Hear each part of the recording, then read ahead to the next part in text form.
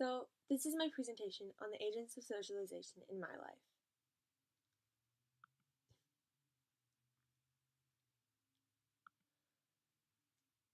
So, how things change me.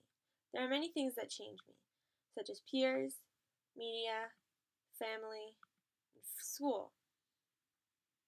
But there are more specific things that have influenced my life.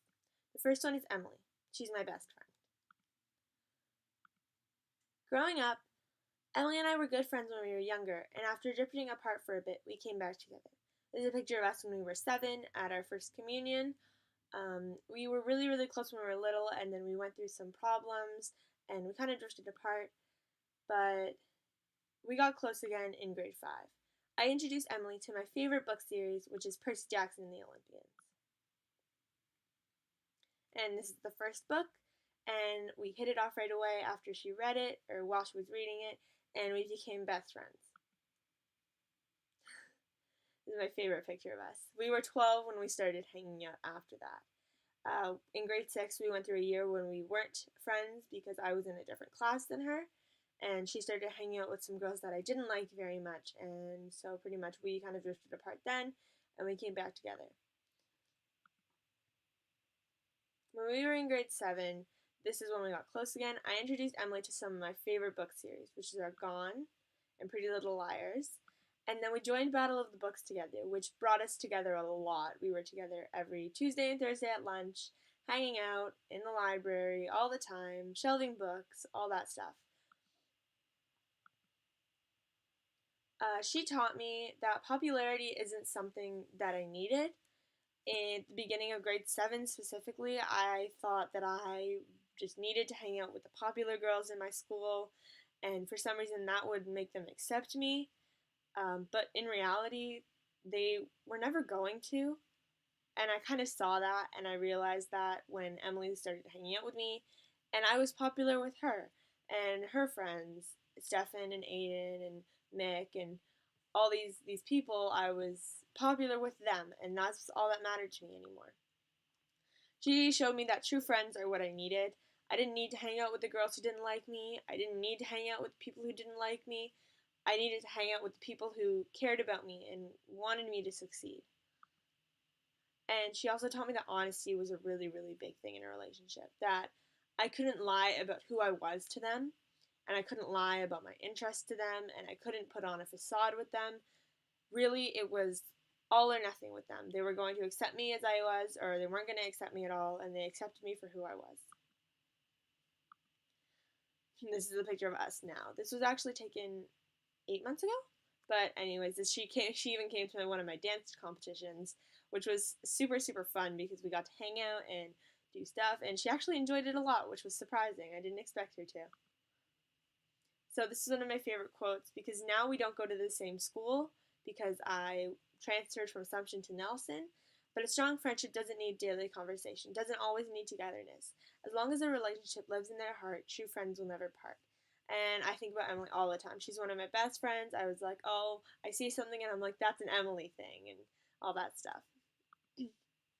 So the second one is Percy Jackson and Annabeth Chase, my best fictional friends. So they belong in a book. The story of them is that Percy Jackson and the Olympians is a book series about a normal kid from New York, and he happens to be a demigod, son of Poseidon. So let's meet and greet some of these characters that I really fell hard for.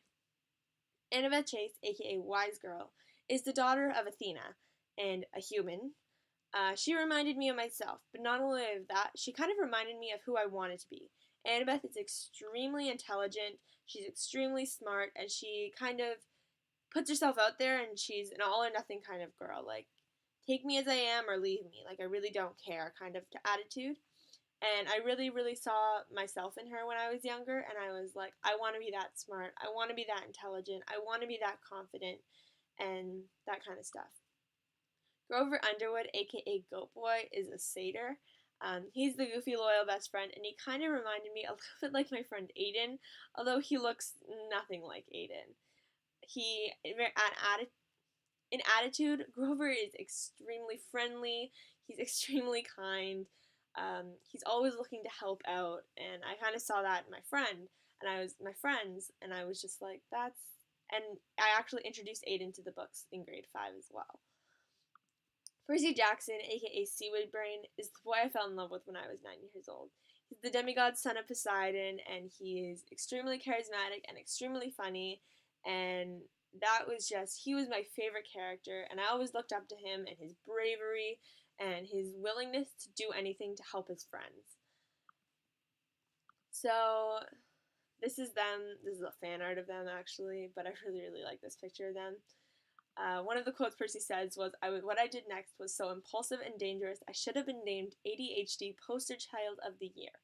I think the best thing about these characters is that they're so realistic. And I say that with air quotes because, yeah, sure, they're not humans, they're demigods, and they're sons and they're daughters of these Greek gods, and he and Annabeth are totally not normal. But they approach the situation as normal kids who don't really know what they're doing, kind of. Well, Annabeth knows more of what she's doing because she's been training for so much longer, but especially Percy kind of goes at it and tries his best to do whatever he can, and he always helps out, and he's very down to earth. All of the characters in the book are, and I think that's what makes them so relatable. They're extremely, extremely relatable in the sense that they're just these normal kids, but instead of normal situations, they're put in these supernatural situations. And even though they're in these supernatural situations, they're still very, very relatable. So, what these books taught me. These books taught me that intelligence isn't something to be ashamed of. Annabeth was extremely smart and she was extremely proud of it. And as someone who is pretty smart, I kind of saw that and I was like, I don't need to hide my grades anymore. I don't need to be ashamed of my grades anymore. That, like, people saying, like, it's not, and I mean, ashamed of my grades in the sense of that, like, say I'd get a 90 and I'd say, oh, I want to get a 92. And people are like, well, why are you, like, aiming higher? Like, you already have a 90 kind of attitude. I just didn't feel like I was always being accepted because of my intelligence. I was always the smart kid, the one who was too smart, all that stuff. So I also learned that bravery was a good quality to have. Percy Jackson is extremely brave and extremely, extremely loyal to his friends.